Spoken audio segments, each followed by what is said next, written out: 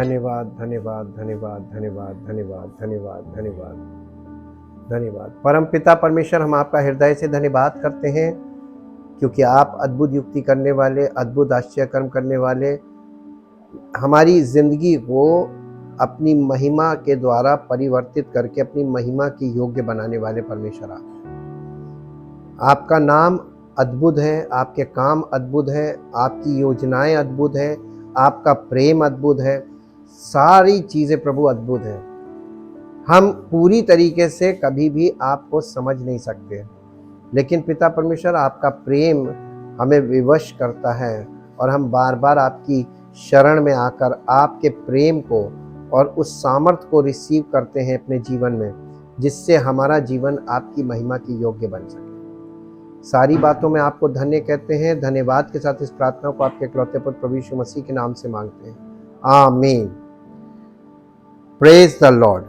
हम परमेश्वर का धन्यवाद करते हैं क्योंकि वो अद्भुत और अनुग्रहकारी परमेश्वर है और अद्भुत कार्य करने वाला परमेश्वर है। उसकी महिमा अपरंपार है, हम उसकी महिमा के पात्र बन सकते हैं। The voice of God session 94। Your body is a temple. वो जीवन के जल की नदी कहां से निकल रही थी? मंदिर से। और वो मंदिर, अब हम मंदिर को समझेंगे जहां से जीवन के जल की धारा बहती है, नदी बहती है। There used to be a building that stood on a hill in Jerusalem known as Solomon's Temple। यानी यरूशलेम में एक ऐसी इमारत जो पहाड़ के ऊपर स्थित है जिसे लोग मंदिर कहते थे, यहूदी लोग उसी को मंदिर बोलते थे। हमारे लिए परमेश्वर के मंदिर होने का क्या अर्थ है? लोग बड़ा सरल समझते हैं कि जब पौलुस ने ये कलीसिया को लिखा, क्या तुम नहीं जानते कि तुम्हारी देह पवित्र आत्मा का मंदिर है? सबने अपने आप को पवित्र आत्मा का मंदिर समझ लिया। Who built the temple? मंदिर बनाता कौन है? मनुष्य की इतनी ना तो समझ है, ना इतनी सामर्थ्य है कि वो मंदिर बना सके। हम लोग जिस संसार में रह रहे हैं और संसार के जिस युग में रह रहे हैं, यहाँ पर तो मनुष्य ईंट गारे का और सीमेंट पत्थर का मंदिर बनाना जानता है, लेकिन परमेश्वर उस मंदिर की बात कर रहा है जिसे परमेश्वर बनाता है। वचन में उसी मंदिर की बात की गई है और इसलिए परमेश्वर मंदिर में ही रहता है। लेकिन वो मंदिर कौन सा है? जिसमें परमेश्वर का आत्मा, परमेश्वर आत्मा है और उसका आत्मा वास करता। जिस मंदिर में परमेश्वर का आत्मा वास करता, वहीं से जीवन के जल की नदी बहती है। इसलिए हमें पूरा ये अध्ययन करना पड़ेगा कि परमेश्वर के वचन के अनुसार मंदिर का क्या तात्पर्य है। आपका शरीर एक मंदिर है, प्रश्न चिन्ह लगा हुआ है, क्वेश्चन मार्क। यरूशलेम में एक पहाड़ी पर एक इमारत हुआ करती थी जिसे सुलेमान का मंदिर कहा जाता था। बाइबल की कथा इसके निर्माण और दुर्भाग्यपूर्ण विनाश के लिए एक महत्वपूर्ण हिस्सा समर्पित करती है और नया नियम इसे परमेश्वर के लोगों के लिए एक रूपक के रूप में प्रयोग करता है, यानी मेटाफर। परंतु यह भवन बाइबल के लेखकों के लिए इतना महत्वपूर्ण क्यों है? एक प्राचीन इमारत का आज हमसे क्या लेना देना? यस, ये भवन एक ऐसा स्थान था जहां परमेश्वर के लोग उसकी उपस्थिति में हो सकते थे। उन्हें पृथ्वी पर पवित्र उपस्थिति बनने के लिए तैयार कर रहे थे। मानवता के साथ रहने की परमेश्वर की योजना एक महत्वपूर्ण भूमिका। यदि आप आज यीशु के अनुयायी के रूप में अपनी पहचान रखते हैं तो आपकी भूमिका वही है। आपका शरीर एक मंदिर है, भगवान का मंदिर। यदि आप चर्च से परिचित हैं तो शायद ये एक ऐसा वाक्यांश है जिसे आपने काफी कुछ सुना है, लेकिन आइए इसका वास्तव में क्या अर्थ है, इसे अनपैक करें और देखें कि मंदिर का विषय बाइबल की कथा में कैसे प्रकट होता है। ये बहुत परमेश्वर अपने लोगों के साथ चलता है। मंदिर की भाषा की प्रारंभिक झलक अदन के बगीचे में पहले छवि वाहकों यानी इमेज बेरर आदम और हवा के साथ मिलती है। आदम और हवा क्या थे? परमेश्वर की इमेज को प्रकट करने वाले, इमेज बेरर बोलते हैं। परमेश्वर की छवि को प्रकट करने वाले, कि परमेश्वर ने अपने समान अपने स्वरूप में मनुष्य को बनाया था, उसको प्रकट कर रहे थे आदम और हवा। प्राचीन देवताओं की छवियों में आमतौर पर प्राचीन मंदिरों में रखी मूर्तियों का रूप ले लिया। इसलिए उत्पत्ति 1:1 का संदेश स्पष्ट है। परमेश्वर ने मनुष्य को उसके साथ रहने और संसार में उसके स्वरूप को दिखाने के लिए बनाया। थोड़े समय के लिए मंदिर के ढांचे की कोई आवश्यकता नहीं थी। पूरी मानवता एक दूसरे, प्रकृति और ईश्वर के साथ सद्भाव में रहती थी। ये रमणीय चित्र और अधिक समय तक नहीं रहता है। पहले मनुष्य विद्रोह को चुनते हैं, जिसे उत्पत्ति 3 अध्याय में, और वे बगीचे से एक दूसरे से और परमेश्वर की उपस्थिति से अलग हो जाते हैं। क्या परमेश्वर उनके बीच अपनी उपस्थिति फिर से स्थापित करेगा? जब आदम और हवा परमेश्वर की उपस्थिति से निकल गए, अब प्रश्न आया कि परमेश्वर अपनी उपस्थिति को दोबारा मनुष्य के बीच में स्थापित करेगा। तंबू और मंदिर। निर्गमन की कहानी के लिए तेजी से आगे बढ़े। इजराइल के लोग मिस्र में 400 वर्षों से गुलामी में हैं। परमेश्वर के स्वरूप वाहकों यानी इमेज बेरर के रूप में अपनी पहचान से अलग हो गए। जब मूसा लोगों को मिस्र से बाहर ले गया तो परमेश्वर ने लोगों को तंबू बनाने की आज्ञा दी। ये तंबू संरचना परमेश्वर के लोगों के साथ निवास करने के लिए एक स्थान के रूप में कार्य करती थी। निर्गमन 25 अध्याय का 8 पद पढ़िए, लगभग जैसे वे वापस बगीचे में आ गए हों। 25 अध्याय, निर्गमन 25 अध्याय उसका 8 पद। यहां पे इस प्रकार से लिखा हुआ है, निर्गमन 25, और वे मेरे लिए एक पवित्र स्थान बनाएं कि उनके बीच मैं निवास करूं। परमेश्वर अपने लोगों के बीच में निवास करना चाहता था, ये उसकी इच्छा थी, और इसी इच्छा के लिए उसने तंबू की विधि बनाई थी, मंदिर की स्थापना की थी।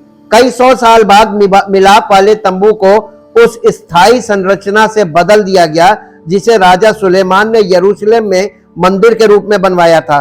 इस इमारत को सभी राष्ट्रों के लिए प्रार्थना का घर कहा गया था। यशायाह नबी की पुस्तक उसका 56 चैप्टर 56 अध्याय उसका 7 पद यहां पर इस प्रकार से लिखा हुआ है। यशायाह नबी की पुस्तक 56 अध्याय और उसका 7 पद, उनको मैं अपने पवित्र पर्वत पर ले आकर अपने प्रार्थना के भवन में आनंदित करूंगा। उनके होम बलि और मेल बलि मेरी वेदी पर ग्रहण किए जाएंगे, क्योंकि मेरा भवन सब देशों के लोगों के लिए यानी हर जाति के लिए प्रार्थना का घर कहलाएगा। और आज इसकी क्या हालत कर दी गई है। इस मंदिर के माध्यम से परमेश्वर ने न केवल इजराइल के लिए बल्कि किसी भी संस्कृति के प्रत्येक व्यक्ति के लिए अपने प्रेम और देखभाल को प्रकट किया जो वहां उसकी आराधना करने के लिए आता था। क्या परमेश्वर ने वाटिका में जो कुछ नष्ट किया गया था उसे आखिरकार बहाल कर दिया कि नहीं? प्रश्न। दुर्भाग्य से आदम और हवा की तरह इजराइल के अगुए बुराई और अन्याय को बढ़ावा देते हुए परमेश्वर के विरुद्ध विद्रोह करते हैं। परिणाम स्वरूप मंदिर नष्ट हो जाता है और लोगों को देश से निर्वासित कर दिया जाता है। उदाहरण के लिए यिर्मयाह 52 अध्याय उसका 12 और 13 पद पढ़िए। यिर्मयाह की पुस्तक उसका 52 अध्याय उसका 12 और 13 पद। यिर्मयाह 52। फिर उसी वर्ष अर्थात बेबीलोन के राजा नबूकदनेस्सर के राज्य के 19वें वर्ष के 5वें महीने के 10वें दिन को अंगरक्षकों का प्रधान नबूजरदान जो बेबीलोन के राजा के सम्मुख खड़ा रहता था यरूशलेम में आया। उसने यहोवा के भवन और राजभवन और यरूशलेम के और सब बड़े बड़े घरों को आग लगवाकर फुकवा दिया और कसीदियों के सारी सेना ने जो अंगरक्षकों के प्रधान के संग थी यरूशलेम के चारों ओर की सब शहर पना को ढा दिया। अंगरक्षकों का प्रधान नबूजरदान कंगाल लोगों में से कितनों को और जो लोग नगर में रह गए थे और जो लोग बेबीलोन के राजा के पास भाग गए थे और जो कारीगर रह गए थे उन सब को बंधुआ करके ले गया, परंतु देहात के कंगाल लोगों में से कुछ को अंगरक्षकों के प्रधान नबूजरदान ने दाख की बारियों की सेवा और किसानी करने को छोड़ दिया था। बस ये देखिए, यहां पर ये दिखाया गया है कि ये मंदिर को नष्ट कर दिया गया था और कई साल बाद कुछ लोग यरूशलेम लौटते हैं और दूसरा मंदिर बनाते हैं। हालांकि मंदिर प्रणाली जल्दी ही एक बार फिर जब दोबारा सेकंड टेंपल बना तो दूसरी बार, पहला सुलेमान ने बनाया, फिर लोगों ने उसको जब सेकंड बार बनाया, सेकंड टेंपल बना, वो बहुत जल्दी ही दूसरा मंदिर बनाते। हालांकि मंदिर प्रणाली जल्दी ही एक बार फिर भ्रष्टाचार में गिर गई, फिर से दोबारा मंदिर बना लेकिन फिर भ्रष्टाचार हो गया वहां। मलाकी की पुस्तक और उसका पहला अध्याय 6 से 10 तक पढ़ेंगे। मलाकी की पुस्तक उसका पहला अध्याय और उसका 6 पद से 10 पद तक पढ़ के देखेंगे। हम आपको बड़ा ब्रीफ लेके चल रहे हैं अबाउट द टेम्पल। पुत्र पिता का और दास स्वामी का आदर करता है। यदि मैं पिता हूं, परमेश्वर कह रहा है यदि मैं पिता हूं तो मेरा आदर कहां है, और यदि मैं स्वामी हूं तो मेरा भय मानना कहां है। सेनाओं का यहोवा, तुम याजकों से जो मेरे नाम का अपमान करते हो यही बात पूछता है, परंतु तुम पूछते हो हमने किस बात में तेरे नाम का अपमान किया है। तुम मेरी वेदी पर अशुद्ध भोजन चढ़ाते हो और तो भी तुम पूछते हो हम किस बात में तुझे अशुद्ध ठहराते हैं। हम किस इस बात में भी तुम कहते हो यहोवा की मेज तुच्छ है।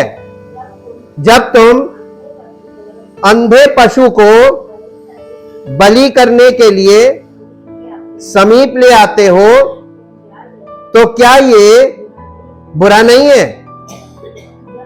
जब तुम लंगड़े और रोगी पशु को ले आते हो क्या ये बुरा नहीं है। अपने हाकिम के पास ऐसी भेंट ले आओ क्या वो तुमसे प्रसन्न होगा या तुम पर अनुग्रह करेगा। सेनाओं के यहोवा की यही वाणी है। परमेश्वर को शिकायत हो गई थी, किससे? याजकों से। मंदिर के जो सेवादार थे, जो परमेश्वर के सेवक के रूप में खड़े थे, वो गलत कर रहे थे। सारी चीजें सिर्फ लेने के लिए वो कुछ भी करने को तैयार थे, और वही आज हो रहा है, और इसलिए वो मंदिर भी नष्ट हो गया। हिब्रू बाइबल उत्तर से अधिक प्रश्नों के साथ समाप्त होती है, यानी पुराना नियम उत्तर से ज्यादा प्रश्न खड़े करता है। अब आपको पता चला कि हमें प्रश्न कहां से मिलते हैं? पुराने नियम से। पुराना नियम जब खत्म हो रहा है अंत तक, तो सब लोगों पे प्रश्न खड़े कर दिए थे परमेश्वर ने, और ये बड़े प्रश्न हैं और इसका उत्तर कोई मनुष्य दे नहीं सकता। क्या मानव जाति के लिए परमेश्वर के साथ रहना असंभव है जैसा उसने चाहा था? परमेश्वर जैसा चाहता था मनुष्य के साथ निवास करना, क्या मानव जाति का परमेश्वर के साथ रहना असंभव है? यस, क्योंकि मनुष्य पहली चीज शारीरिक, दूसरी चीज आत्मिक तौर पे मृतक, तीसरी चीज पाप के हाथ बिका हुआ गुलाम, पाप का गुलाम। अब बताइए परमेश्वर कैसे निवास करेगा? आज के लोग इन बातों को बिल्कुल नहीं समझते या समझना नहीं चाहते। परमेश्वर जो हमारे बीच निवास करता है, जैसे ही उसने सोचा कि कहानी का दुखद अंत हो रहा है, यीशु घटना स्थल पर आ गए। यानी पुराना नियम मलाकी पे खत्म हुआ प्रश्नों के साथ, और बहुत बड़े बड़े प्रश्न परमेश्वर ने याजकों पे और मंदिर व्यवस्था पे, सब चीजों पे खड़े किए। जैसे ही ये काम हुआ, परमेश्वर का पुत्र सीन में आ गया। उसके बाद मत्ती शुरू हो गया और परमेश्वर के पुत्र का आगमन हो गया, और ये दुखद अंत हो रहा था परमेश्वर के मनुष्य के साथ मेल करने का, और उसी समय यीशु मसीह का आगमन हुआ। वास्तव में जब सुसमाचार लेखक यूहन्ना यीशु का वर्णन करता है, तो वो कहता है कि वचन देहधारी हुआ और हमारे बीच में डेरा किया। यूहन्ना 1 अध्याय का 14 पद में लिखा है।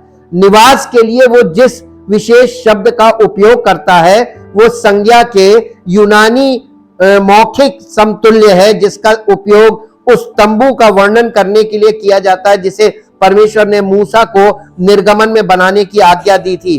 अपने सुसमाचार वृत्तांत में मत्ती ने अपने दावे में यशाया 7 अध्याय 14 पद को उद्धृत किया कि यीशु इमानुएल है, जिसका अर्थ है परमेश्वर हमारे साथ। यूहन्ना और मत्ती का संदेश स्पष्ट है, यीशु अपने लोगों के साथ परमेश्वर है। यूहन्ना ने यीशु को अपने शरीर को मंदिर के रूप में ये संदर्भित करते हुए ये कहते हुए रिकॉर्ड किया कि ये नष्ट हो जाएगा, लेकिन 3 दिनों में फिर से बनाया जाएगा। यूहन्ना रचित सुसमाचार 2 अध्याय उसका 19, 20 और 21 पद पढ़ दीजिए। यूहन्ना रचित सुसमाचार 2 अध्याय 19, 20 और 21 पद। यीशु ने उनको उत्तर दिया, इस मंदिर को ढा दो और मैं इसे 3 दिन में खड़ा कर दूंगा।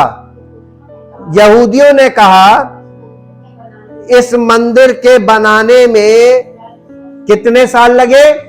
46 साल लगे हैं जी। और क्या तू इसे 3 दिन में खड़ा कर देगा? परंतु यीशु मसीह ने अपनी देह के मंदिर के विषय में कहा था। अतः जब वो मुर्दों में से जी उठा, तो उसके चेलों को स्मरण आया कि उसने ये कहा था, और उन्होंने पवित्र शास्त्र और उस वचन के जो यीशु ने कहा था प्रतीति की, यानी इस बात को देखा और माना कि यही है मंदिर। तो वो सुलेमान का मंदिर ढाने के बाद, जिसे बनाने में 46 साल लगे थे। आपको मालूम है, यीशु मसीह के देह को बनाने के लिए परमेश्वर को हजारों वर्ष का समय लगा, केवल 46 साल नहीं लगे। परमेश्वर ने उस देह को तैयार करने के लिए जनरेशन तैयार करी।